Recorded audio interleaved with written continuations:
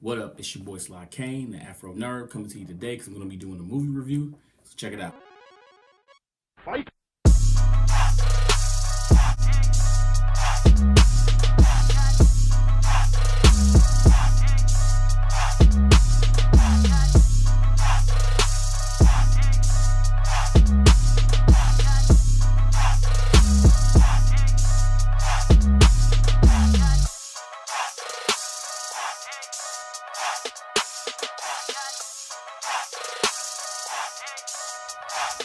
Batman vs. Superman, Dawn of Justice. Now, if you're like me and you love comic books and you've been reading them since you were a kid, especially Batman and Superman, because those are my two favorite superheroes of all time. Superman and Batman, they're like the greatest to me. And like I said, I've been waiting 20 years for this movie to see them in real life, in person, on the big screen, going toe to toe with one another. The Knight of Gotham, the demigod of Metropolis. Seeing that's what I've always wanted to see. Like other people as well. And I gotta say I'm a little underwhelmed with the whole movie. Overall, I mean, don't get me wrong, it's still a great movie. You should go see it.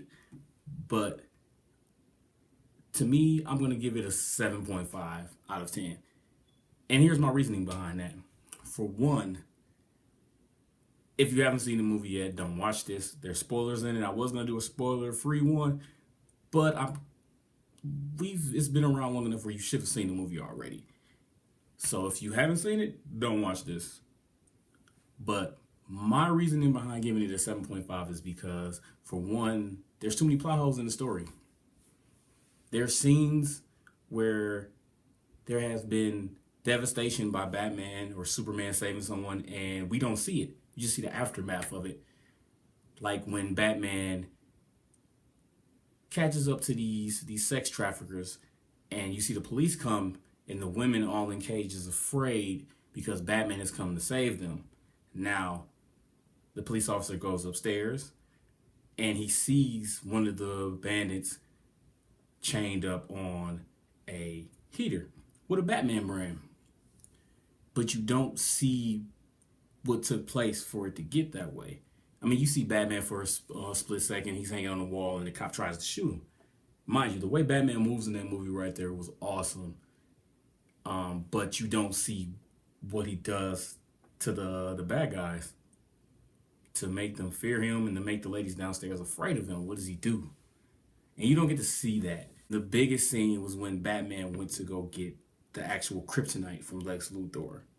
You don't see any of that. You see the devastation afterwards, bullets on the floor and men getting carried out on medical carts and everything. What happened?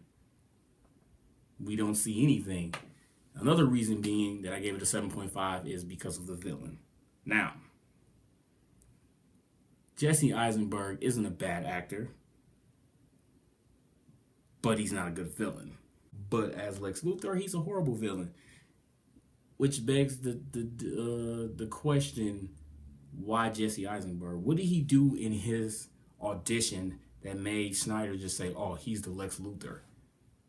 Because I wasn't seeing it. If anything, he was more cynical. He was more so the Riddler than Lex Luthor, or maybe even Joker, along those lines, between a mixture of those, a hybrid between Joker and the Riddler, but he wasn't Lex Luthor. I see what they were trying to do. It was more so an origin story for Lex Luthor.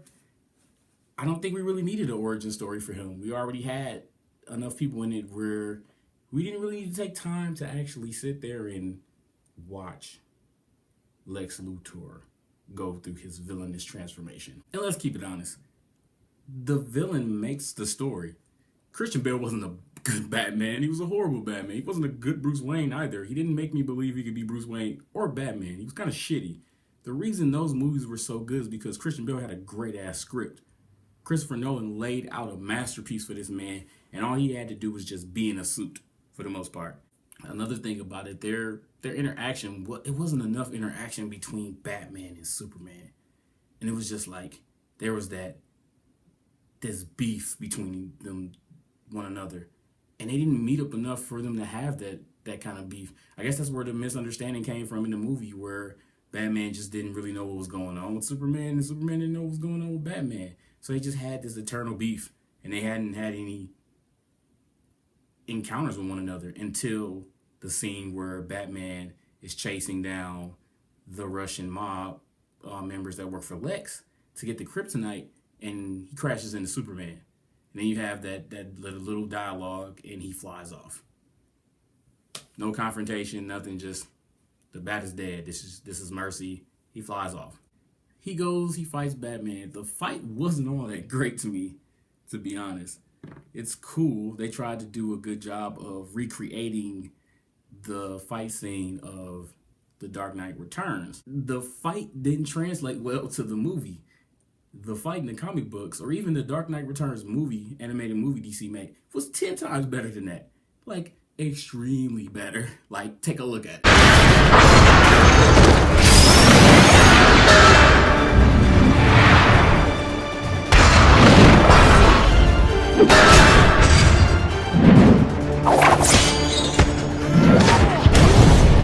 It's like so much better. And it was, the fight ends because they have the same, their mothers have the same name. So like, oh, your name's Martha? Your mom's name is Martha? So is mine. We're best friends now. Like, what? Like, that's all it took. And why did he say save Martha? Pretty sure he calls her mom. He could have just said, like, my mom. And there's Wonder Woman. Wonder Woman to me was like the best thing about this movie because she was mysterious. When she did come, she was wrecking Doomsday, which was a wreck in itself. Did not like Doomsday. He was kind of, I think they just wanted to put a villain in there because they knew Lex Luthor himself wasn't a great villain. So they was like, hey, let's put Doomsday in there. And people have been clamoring to see a Doomsday movie. But Doomsday deserved his own movie. Like, Wonder Woman was, like I said, the best thing about that. Her lasso was awesome. Her shield was awesome. Her gauntlets were amazing. Like, they fucking tanked the hell out of them. She blocked the full Kryptonian laser beam with her bare gauntlets and everything. And then seeing the nightmare where Bruce has a nightmare of the Omega symbol and he's fighting in the desert or Metropolis covered in sand, whatever. And what is going on? Like, they just jumped to it. The last thing we saw was Batman decrypting a file from Lex Luthor and then just jumps to the desert. Like, what's happening here? And like I said, in the movie theater, so many people were confused, including myself. Like, I know what the Omega symbol means. It means dark side, but still, it's like, where did this come from? Is he dreaming? Is this reality? What's happening?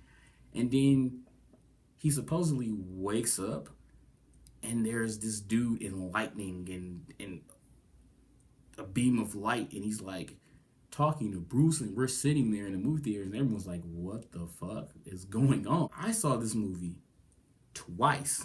I went twice on purpose so I can get everything out of this movie, so I can see what I missed and what I didn't see, and try to understand more about the movie. Because the first time I was really confused, especially when that scene came, and it turns out after the second time of me seeing it, I see the emblem. It's the Flash.